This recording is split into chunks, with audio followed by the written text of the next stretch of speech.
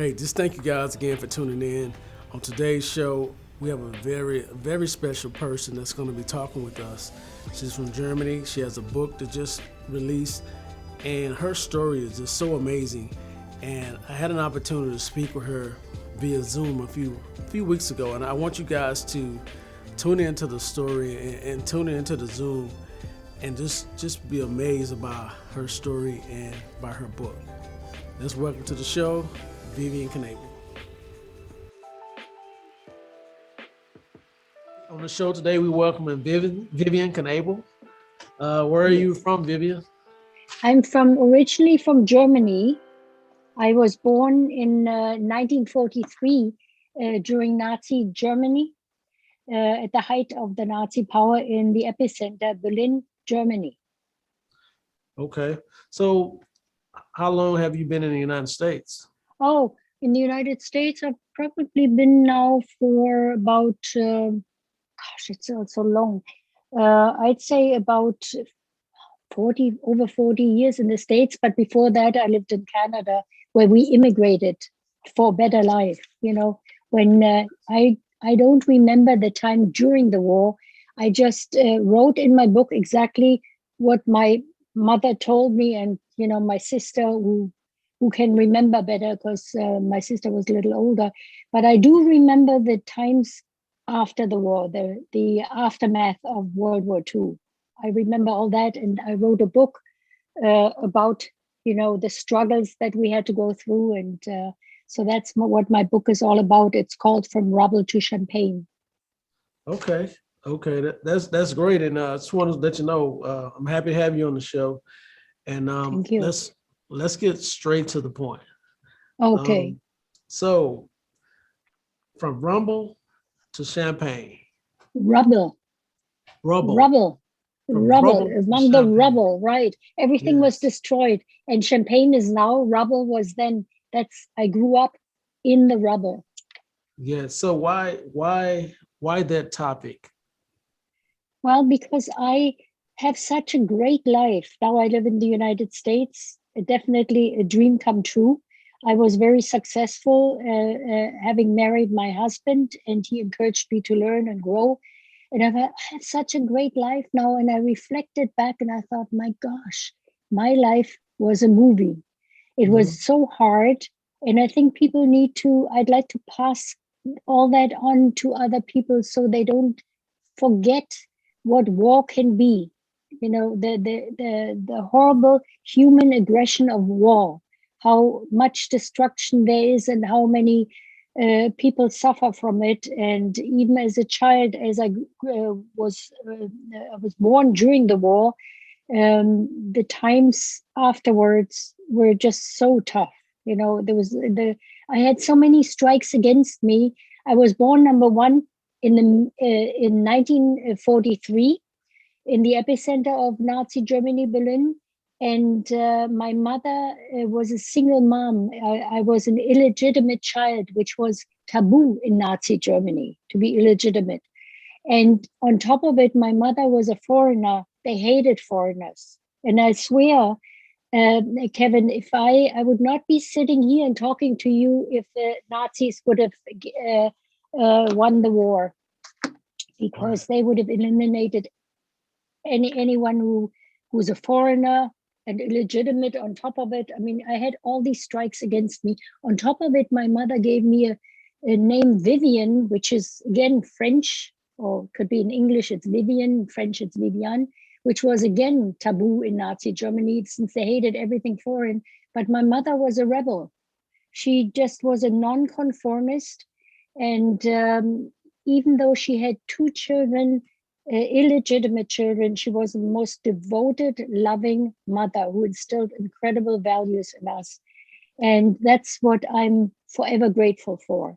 And so she gave me this name, Vivian. It was another strike against me because the Nazis hated foreign names. But I guess Vivian was such a strong, vibrant name. Maybe she felt I needed this kind of a name to get me through what lay ahead for me, what was lying ahead for me.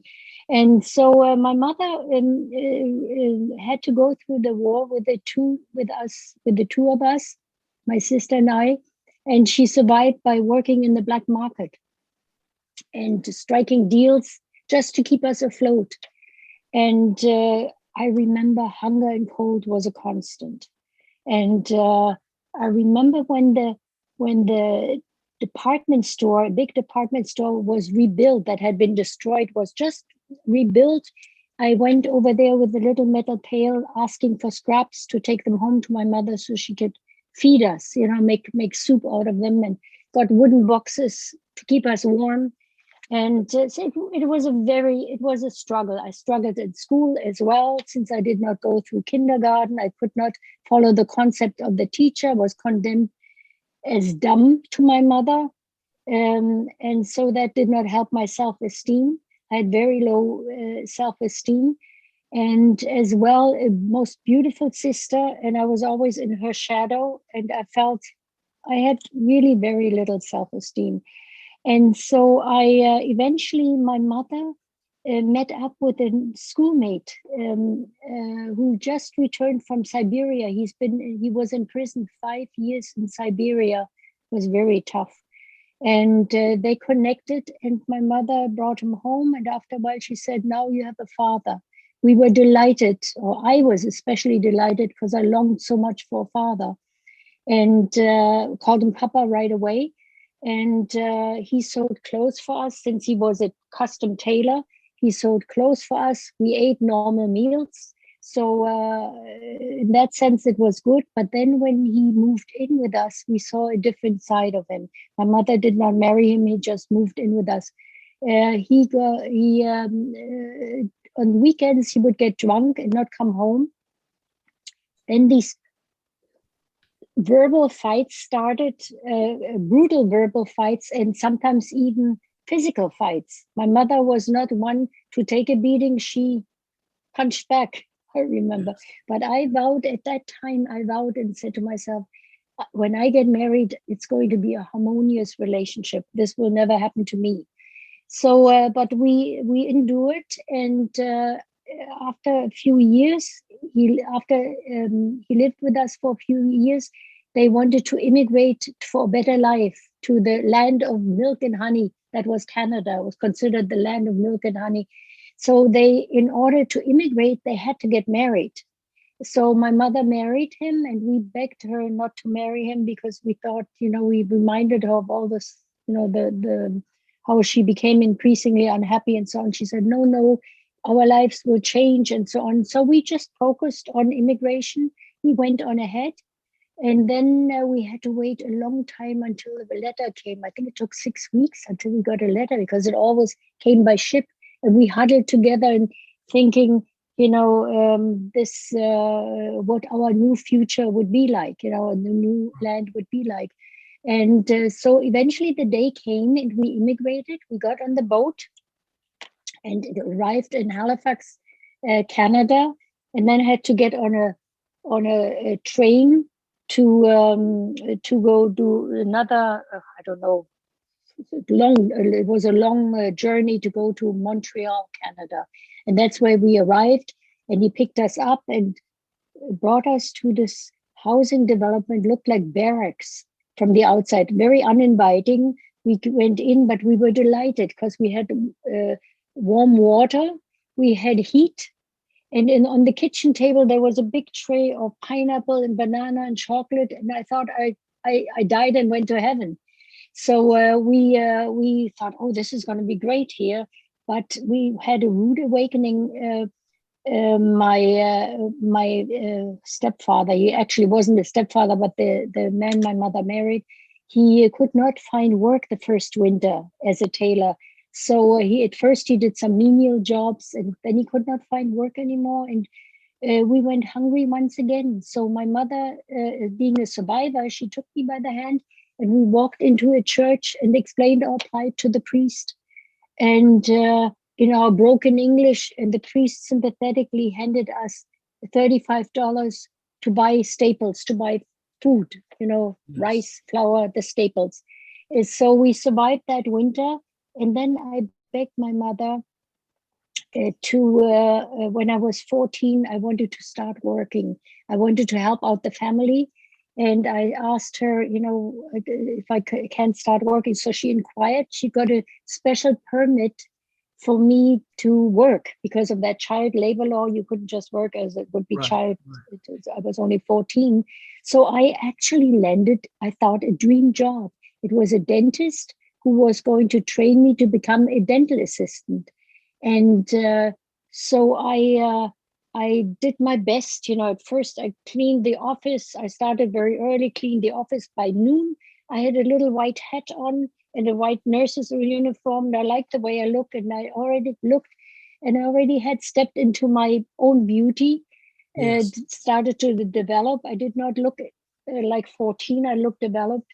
And one day I was sitting at the desk, and a friend of his came in who had come in before, and he sexually abused me. And I was so innocent. I was so distraught. I did not know what to do. I thought, am I going to tell my boss? It was embarrassing to tell him how he touched me. I didn't want to mention it, but then I was so afraid he might come back and do it again. So I had the courage. I told him about it, and he said, oh, he got angry, and he said that man will never come into the office again. He promised me that. But I told my mother, and my mother said, no, no, no, you have to go, you have to leave. So I left that employment. And then I found a job at a Woolworths department store, the 5 and 10 cent store behind Yes. the lunch counter. And I made sandwiches with care and heart. It was always my nature to please. And I liked people. I wanted to be around people. And so I actually enjoyed that, but I understood that I wanted to improve my station in life. And in order to get ahead, I needed to learn. I had a great deficit as far as schooling was concerned. So I went to night school. I learned to type and stenography.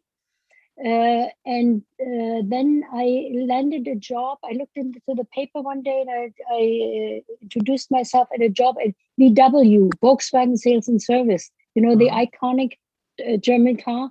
And I went there, and they immediately hired me. During lunch hour, everything was much easier than at that time.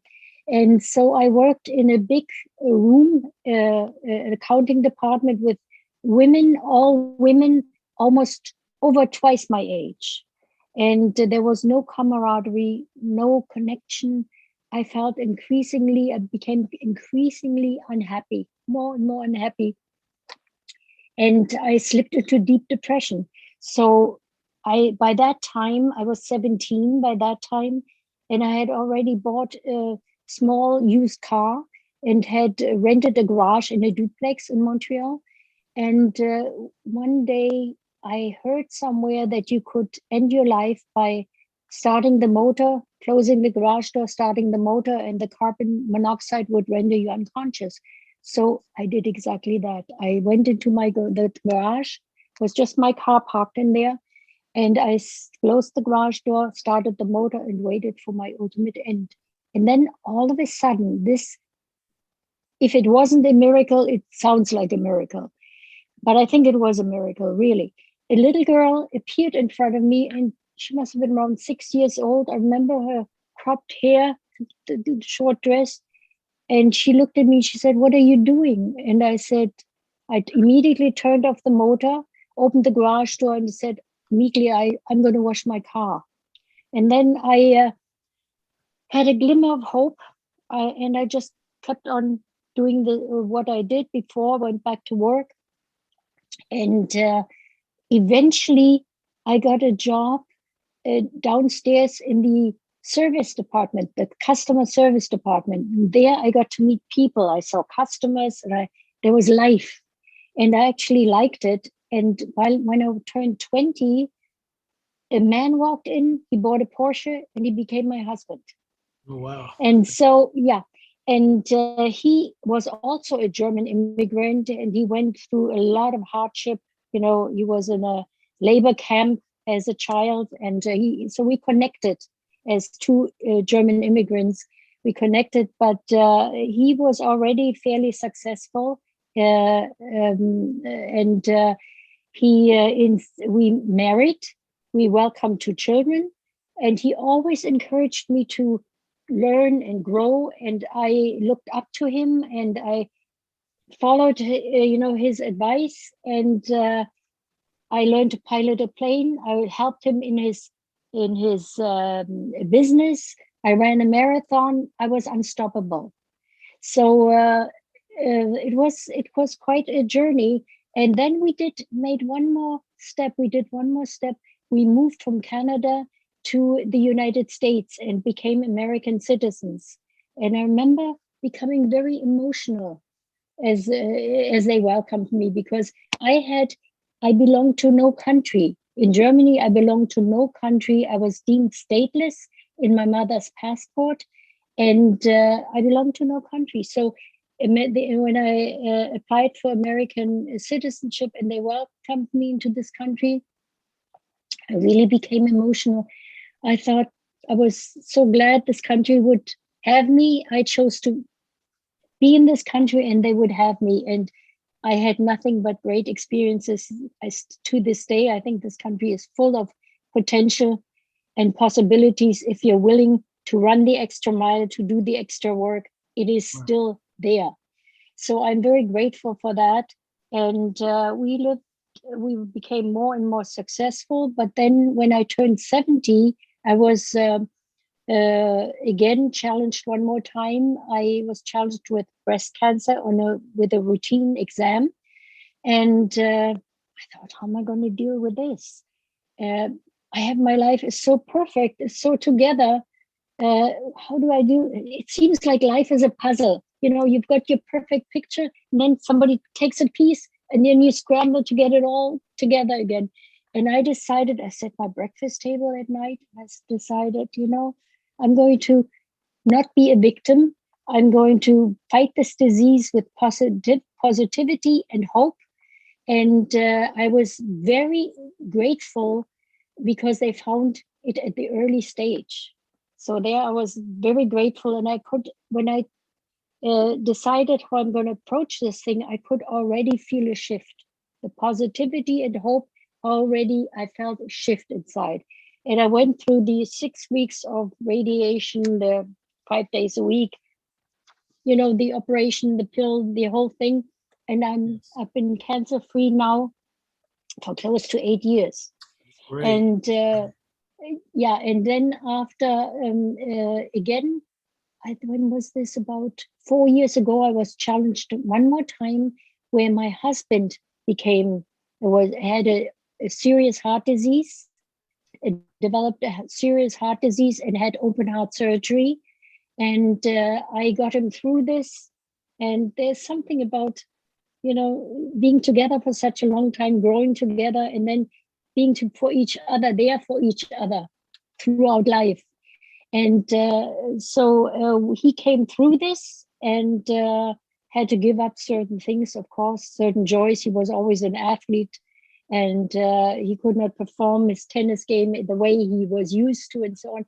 But this is just what we have to accept. And but now it's a different challenge again.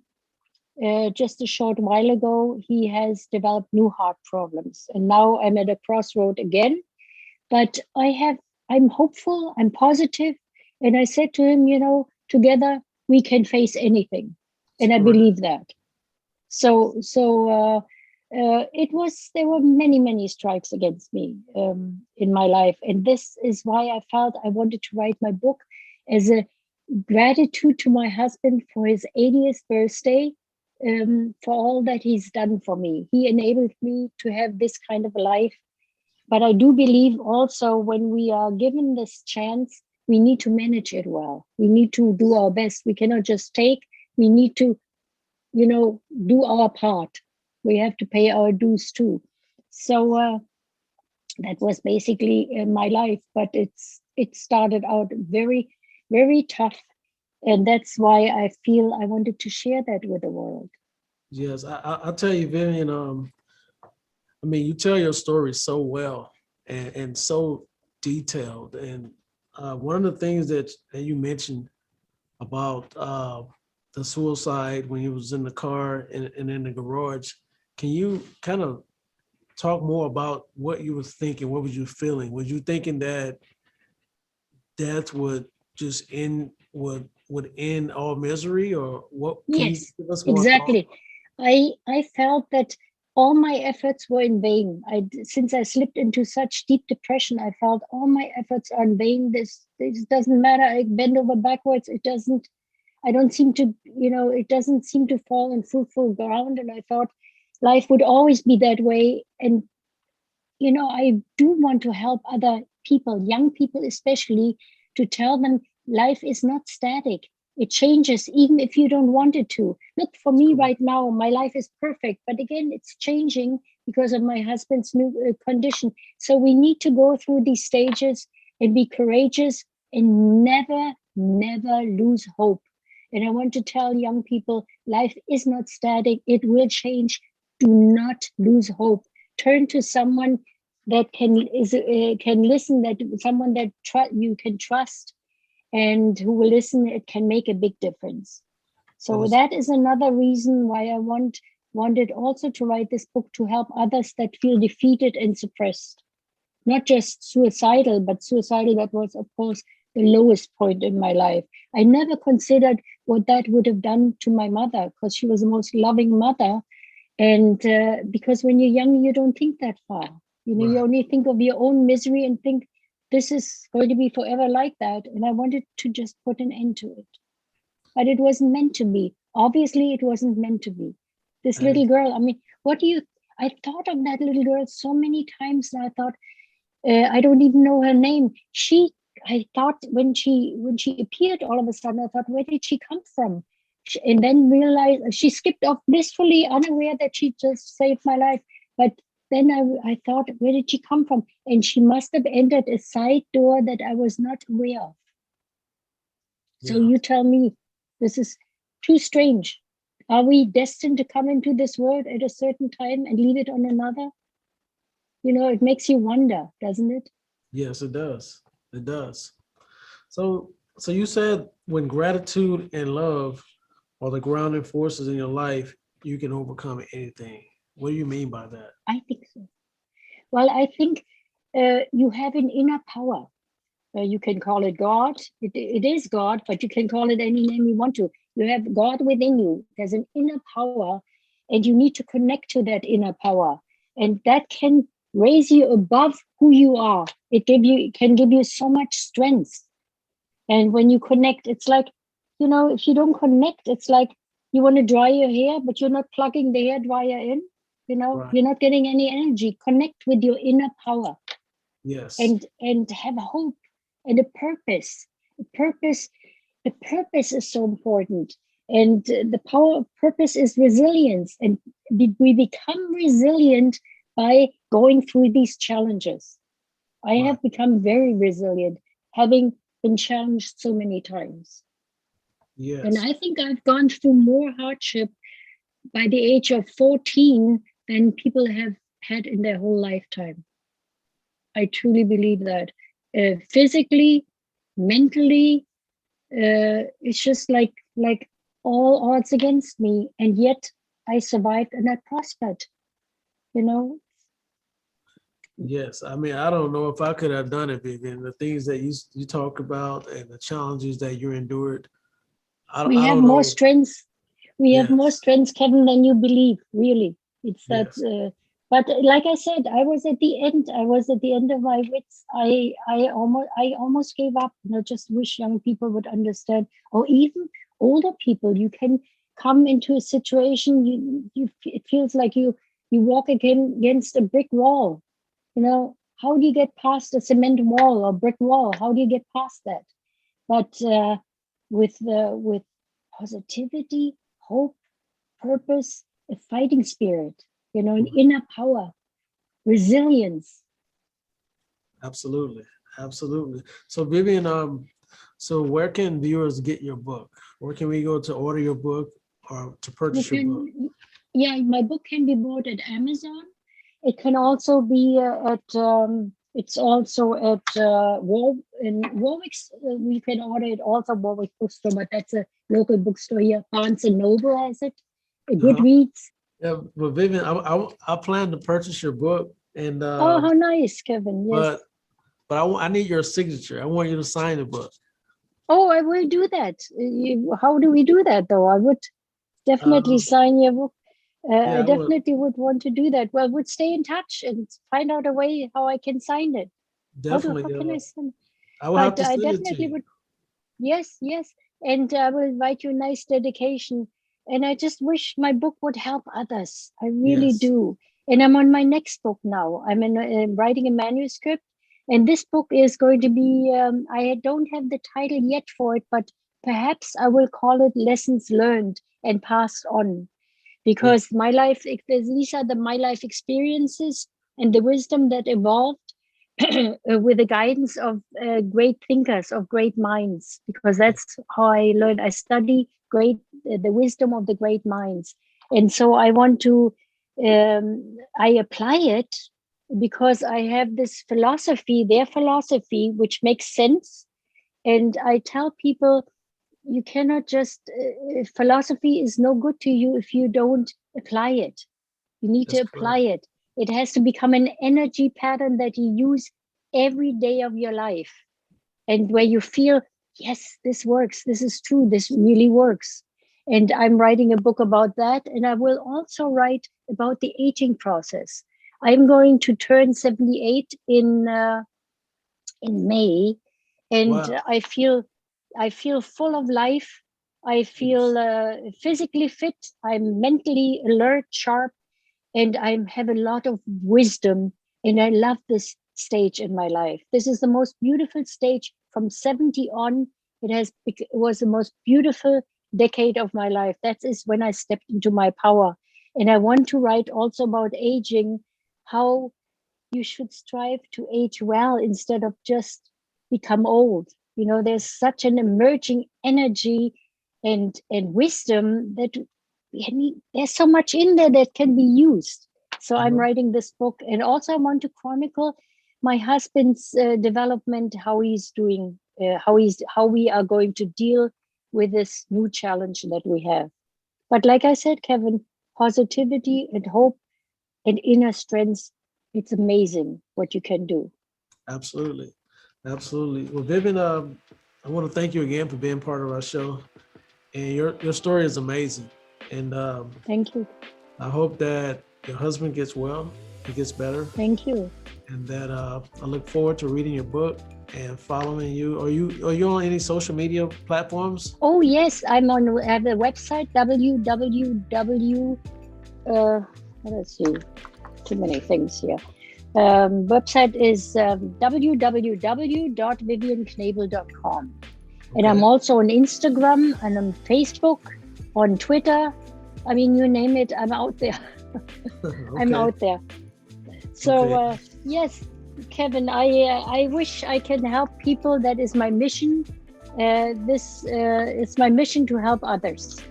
To have it Absolutely. to I feel I owe it to the world, having such a beautiful life. I'm immensely grateful. I live gratitude. I can't don't just say, oh, I'm grateful I've got this. I'm grateful for every loaf of bread that I slice, because once you understand what hunger means. You'll never look at food the same again.